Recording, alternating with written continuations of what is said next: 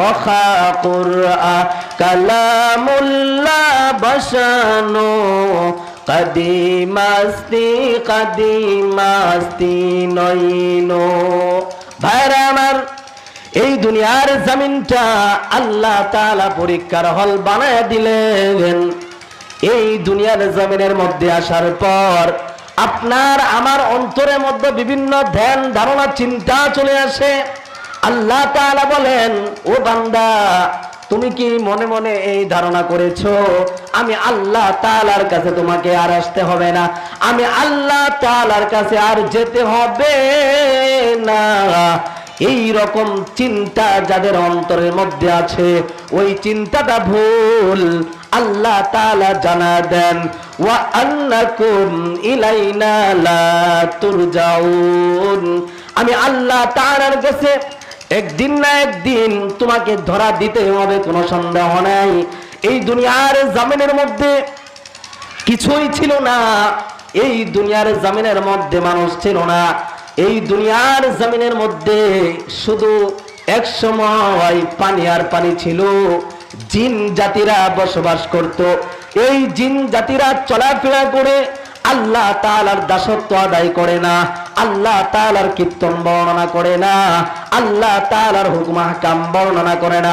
ও গাজীপুরের মুসলমান, ভালো করে শুনি আল্লাহ, আমার আল্লাহ তাআলা বলেন, এই দুনিয়ার জমিনের মধ্যে জিন জাতিরা বসবাস করে, আমি আল্লাহ তাআলাকে মানে না। আল্লাহ তাআলা যখন এটা দেখতে পাইল, আল্লাহ তাআলা সিদ্ধান্ত নিলেন, শ্রেষ্ঠ মাখলুক আমি মানুষ বানাবো, আমি আল্লাহ তাআলার গোলামি করার জন্য শ্রেষ্ঠ মানুষ আমি বানাবো। আমি আল্লাহ তাআলাকে বরত্ব স্বীকার করবে। ওয়া ইনসানান আলা ইনসান ওয়া নাশহাদু আল্লা ইলাহা ইল্লাল্লাহু ওয়াহদাহু লা শারীকা লাহু লা জিদ্দা লাহু ওয়া লা নিদ্দা লাহু ওয়া লা মিছলা লাহু ওয়া নাশহাদু আন্না সাইয়্যিদানা ওয়া সানাদানা ওয়া হাবিবানা وحبيب ربنا وطبيبنا وطبيب قلوبنا ومولانا محمدا عبده ورسوله الذي أرسله الله تعالى وداعيا إلى الله بإذنه وسراجا منيرا أما بعد فأعوذ بالله من الشيطان الرجيم بسم الله الرحمن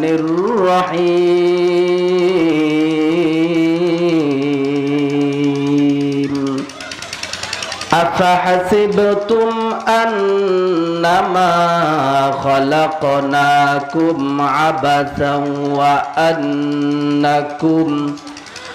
وأنكم إلينا لا ترجعون وقال النبي صلى الله عليه وآله وسلم أول ما يحاسب به العبد يوم القيامة الصلاة صدق الله مولانا العظيم وصدق رسوله النبي الكريم ونحن على ذلك لمن الشاهدين والشاكرين والذاكرين والحمد لله رب العالمين سبحانك لا علم لنا إلا ما علمتنا إنك أنت العليم الحكيم ورب اشرح لي صدري ويسر لي أمري واحلل عقدة من لساني يفقه قولي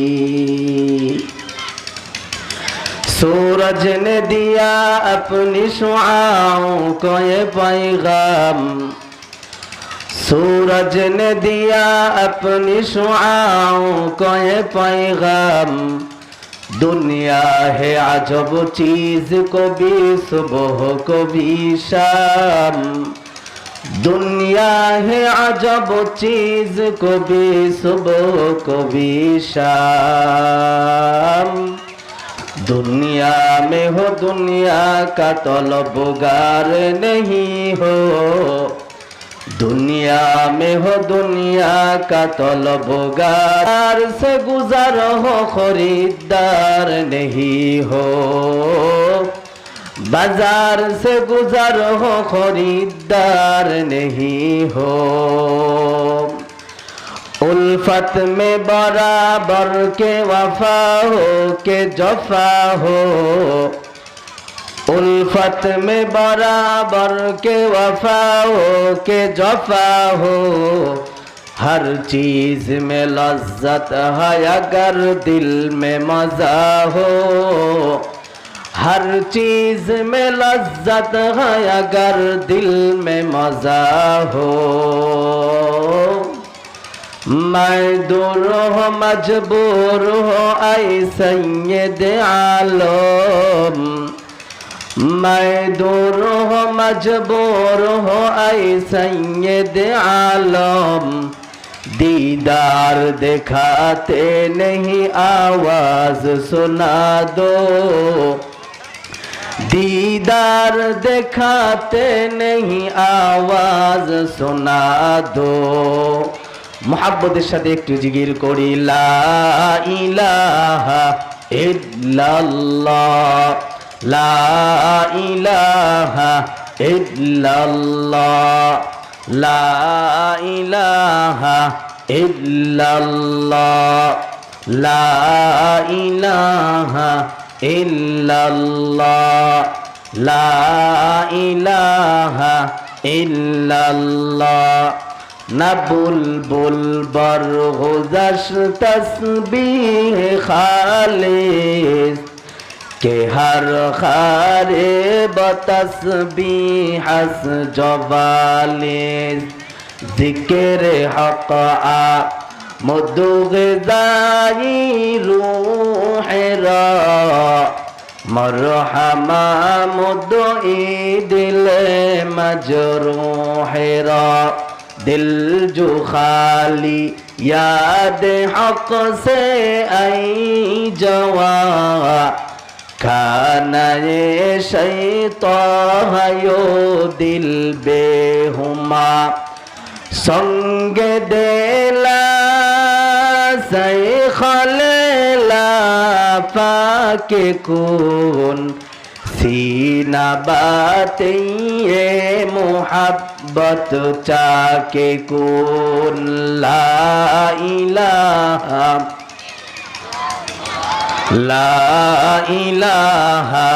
इल्लल्लाह ला इलाहा इल्लल्लाह আসমানের মালিক যে আল্লাহ জমিনের মালিক সে আল্লাহ লা ইলাহা ইল্লাল্লাহ লা ইলাহা ইল্লাল্লাহ লা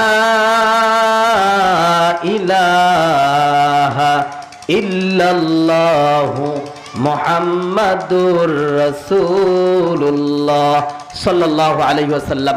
আলহামদুলিল্লাহ, ঐতিহ্যবাহী বালিয়ারা শাহী জামে মসজিদ আলহাজ আব্দুল সালাম হাফেজিয়া মাদ্রাসার কর্তৃক আয়োজিত মাহফিলের মুহতারাম সম্মানিত সভাপতি, প্রধান অতিথি ও বিশেষ অতিথিবৃন্দ, মুআজ্জাজ মুকাররম জাতির মাথার মুকুট ওয়ারাসাতুল আম্বিয়া হযরত উলামায়ে কেরাম, দূর দূরান্ত থেকে আগত আল্লাহ রাব্বুল আলামিন এর আশিকিন, জাকিরিন, শাকিরিন, মুরব্বিঈন, মুরব্বিন আওয়াম, কলিজার টুকরা আমার সমবয়সী যুবক বন্ধুগণ, স্নেহের ছোট ভাই ও পর্দার আড়ালে অবস্থানরত শ্রদ্ধেয়া সম্মানিতা মা ও বোনেরা, সর্বপ্রথম সেই মহান রব্বি কারিমের দরবারে শুকর আদায় করছি, যেই মহান প্রতিপালক, যেই মহান মনিব, যেই মহান মালিক আপনাকে আমাকে দুনিয়ার সমস্ত ঝামেলা থেকে উপেক্ষা করে জান্নাতের বাগানের মধ্যে আসার বসার কিছু দিনই আলোচনা করা ও শোনার মতো যেই মহান মালিক আপনাকে আমাকে তৌফিক দান করলেন।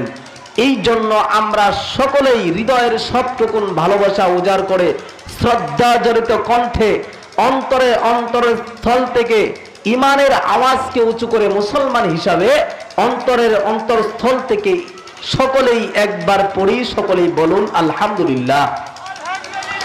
সম্মানিত হাজরিন, এই জায়গাটার এমন দাম হাদিসের মধ্যে পাওয়া যায়, যেখানে সুন্নাতের আলোচনা করা হয়, কুরআনের আলোচনা করা হয়, দ্বীনের আলোচনা করা হয়, ওই জায়গাটা জান্নাতের বাগান হয়ে যায়। শুধু তাই না, এই জান্নাতের বাগানের মধ্যে যেই বান্দারা পদার্পণ করেছেন, এই জান্নাতের বাগানের মধ্যে যারা আয়েশা এখানে বসতে পেরেছে, এটা অনেক বড় একটা নিয়ামত। পয়গম্বর বলেন, যেখানে কুরআন এবং সুন্নাতের আলোচনা করা হয়, ওই জায়গার মধ্যে যদি কোনো বান্দা বসে, বসার সাথে সাথে আমার আল্লাহ ওই বান্দার জিন্দেগীর সমস্ত সগীরা গুনাহগুলো মাফ করে দেন। বলেন সুবহানাল্লাহ। সম্মানিত হাজরিন, আপনি আমি যেই ঘরে বসা আছি, এই জায়গাটা হলো জান্নাতের বাগান। বালিয়ানা গ্রামের জন্য আজকের এই প্রোগ্রাম বড় একটি নিয়ামত। নিয়ামত কিনা? বড় একটা নিয়ামত। সম্মানিত হাজরিন, মাজলিসের মধ্যে যদিও মানুষের সংখ্যা কম, আল্লাহ তাআলা একদল ফেরেশতাদেরকে নিযুক্ত করেছেন। আল্লাহ কয়, ও ফেরেশতারা যাও, ওই বালিয়ারা মাদ্রাসার প্রোগ্রামের মধ্যে বক্তারা কি আলোচনা করে আর শ্রোতারা কেনই বা ওই মাজলিসের মধ্যে বসে, এটা তোমরা যায় দেখো। দুনিয়ার হাইসিয়াত দৃষ্টান্ত মিসাল, কোন কাউন্সিলর যদি বক্তব্য দেয়, কোন নেতা যদি কোনো অনুষ্ঠানের মধ্যে বক্তব্য দেয়, ওই বক্তব্যটা রেকর্ড করার জন্য দুনিয়ার হাইসিয়াত ক্যামেরা হাজির হয়ে যায়, মিডিয়া হাজির হয়ে যায়, তার কথাগুলো রেকর্ড করার জন্য হাজির হয়ে যায়। ঠিক তদ্রূপ আল্লাহ তাআলা ওই একদল ফেরেশতাদেরকে নিযুক্ত করেছেন, যেই ফেরেশতারা এই মাহফিলে আসার পরে তারা চতুর্দিকটাকে তারা বেষ্টন করে রাখছেন। বক্তারা কি আলোচনা করে আর শ্রোতারা কারা কারা এই মাজলিসের মধ্যে বসে প্রশ্ন করতে পারেন, হুজুর ওই ফেরেশতারা কি আমার নাম জানে? না, আল্লাহ তাআলা কুদরতের মাধ্যমে ওই ফেরেশতাদের মাধ্যমে আল্লাহ তাআলা কোন বান্দা আমি আল্লাহ তাআলার গুণকীর্তন বর্ণনা শোনার জন্য মাজলিসের মধ্যে বসে গেছে, ওই বান্দার নাম কি, তার বাবার নাম কি, তার নানার নাম কি, তার মার নাম কি, তার গ্রামের নাম কি, তার দাদার নাম কি, প্রত্যেকটা নাম ফেরেশতারা তাদের ডায়েরির মধ্যে লিপিবদ্ধ করার পরে আল্লাহ তাআলার কাছে তার নামটা ব্যক্ত করা হয়। আল্লাহ তাআলা জিজ্ঞাসা করেন, ও ফেরেশতা নুরুদ্দিন জামালপুরী ওই প্রোগ্রামের মধ্যে কেন বসেছিল?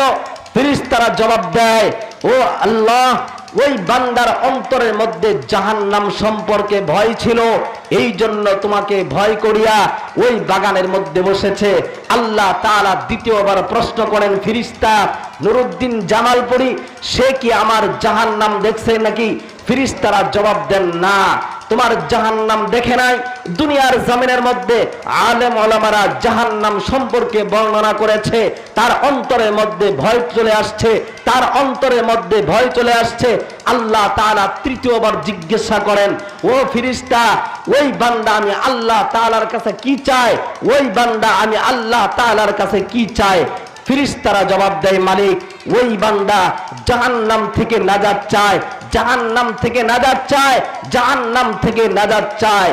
এইরকম ভাবে যখন আল্লাহ তাআলার কাছে ব্যক্ত করা হয়, আল্লাহ রাব্বুল আলামিন বলেন, ওই বান্দা যেহেতু আমি রবকে না দেখিয়া, ওই বান্দা যেহেতু আমার জাহান্নাম না দেখিয়া, ওই বান্দা যেহেতু আমি আল্লাহ তাআলার জান্নাত না দেখিয়া আমার উপর বিশ্বাস স্থাপন করেছে, আমি আল্লাহ তাআলাকে ভয় করিয়া জাহান্নামের মধ্যে জান্নাতের বাগানের মধ্যে বসেছে, যাও ফেরেশতারা জানায় দাও ওই বান্দার জিন্দেগীর সমস্ত গুনাহ খাতাগুলো আমি আল্লাহ তাআলা মাফ করে দিলাম। সুবহানাল্লাহ পড়ুন।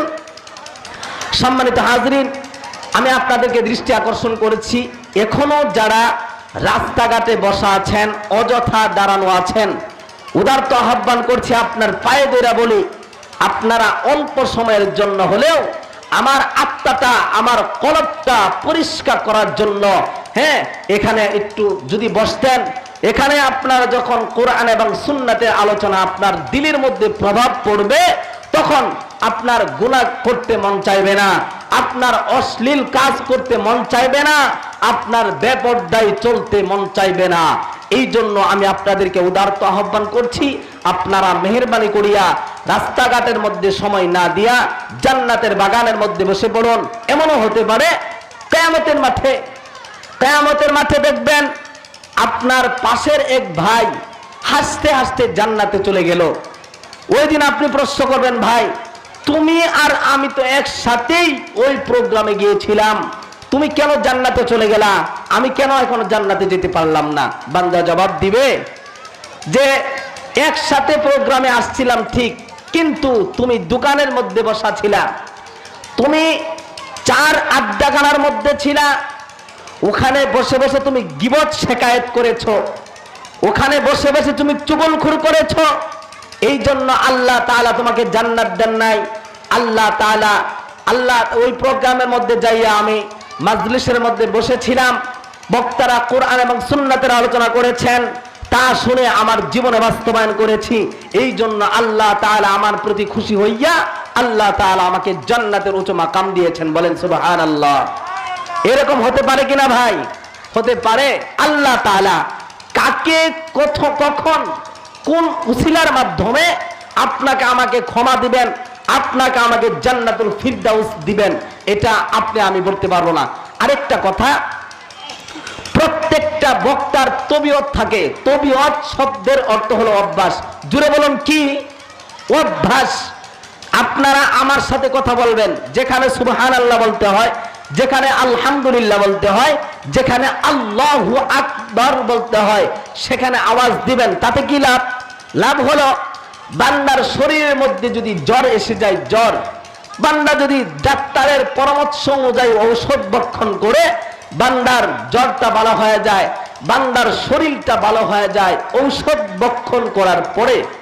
আর যেই বান্দার কলবটা নাপাক, যেই বান্দার কলবটা পচা, যেই বান্দার কলবটা মরিচা লেগে গেছে, ওই বান্দার জবান দিয়া যদি আল্লাহু আকবার বের হয়, বান্দার জবান দিয়া যদি আল্লাহু আকবার বের হয়, বান্দার জবান দিয়া যদি আলহামদুলিল্লাহ বের হয়, আস্তে আস্তে বান্দার কলবটা পরিষ্কার হয়ে যাবে, আস্তে আস্তে বান্দার কলবটা সুন্দর হয়ে যাবে, আস্তে আস্তে বান্দার কলবটা পরিষ্কার হয়ে যাবে।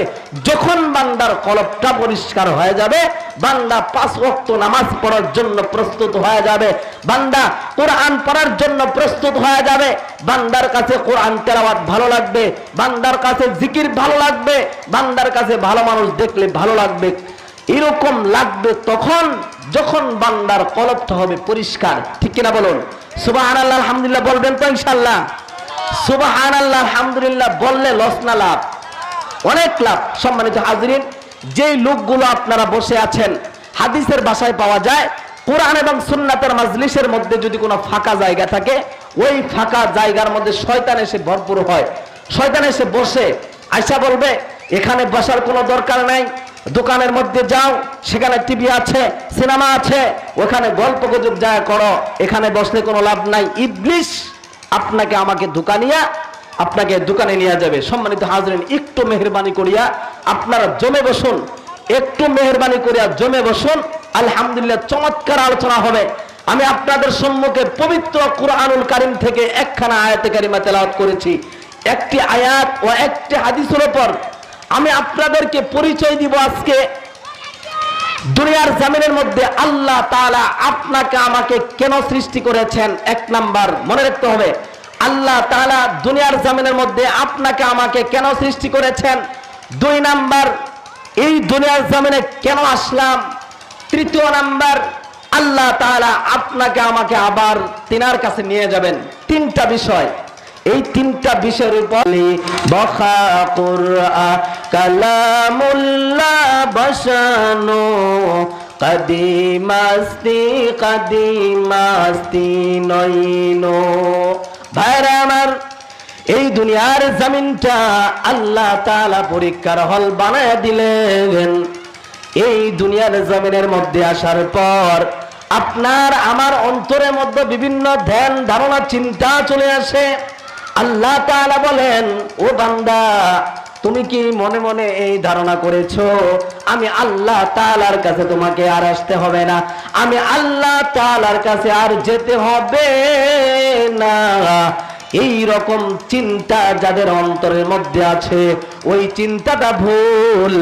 আল্লাহ তাআলা জানা দেন, ওয়া আন্নাকুম ইলাইনা লা তুরজাউন। আমি আল্লাহ তাআলার কাছে একদিন না একদিন তোমাকে ধরা দিতে হবে, কোনো সন্দেহ নাই। এই দুনিয়ার জমিনের মধ্যে কিছুই ছিল না, এই দুনিয়ার জমিনের মধ্যে মানুষ ছিল না, এই দুনিয়ার জমিনের মধ্যে শুধু এক সময় পানি আর পানি ছিল। জিন জাতিরা বসবাস করত। এই জিন জাতিরা চলাফেরা করে আল্লাহ তাআলার দাসত্ব আদায় করে না, আল্লাহ তাআলার কীর্তন বর্ণনা করে না, আল্লাহ তাআলার হুকুম আহকাম বর্ণনা করে না।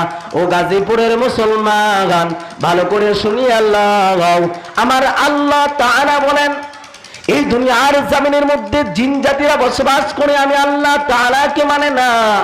আল্লাহ তাআলা যখন এটা দেখতে পাইল, আল্লাহ তাআলা সিদ্ধান্ত নিলেন, শ্রেষ্ঠ মাখলুক আমি মানুষ বানাবো, আমি আল্লাহ তাআলার গোলামি করার জন্য শ্রেষ্ঠ মানুষ আমি বানাবো। আমি আল্লাহ তাআলাকে বরত্ব স্বীকার করবে, আমি আল্লাহ তাআলার হুকুম হাকাম বর্ণনা করবে। এই রকম সিদ্ধান্ত নেওয়ার পর এখনো মানুষ বানান নাই। আল্লাহ তাআলা মিকাইল আলাইহিস সালাতু ওয়াস সালামকে ডাক দেয়া বলেন, মিকাইল তুমি যাও। মিকাইল আলাইহিস সালাতু ওয়াস সালামকে আল্লাহ তাআলা ডাকলেন। কথা বুঝেন আমার?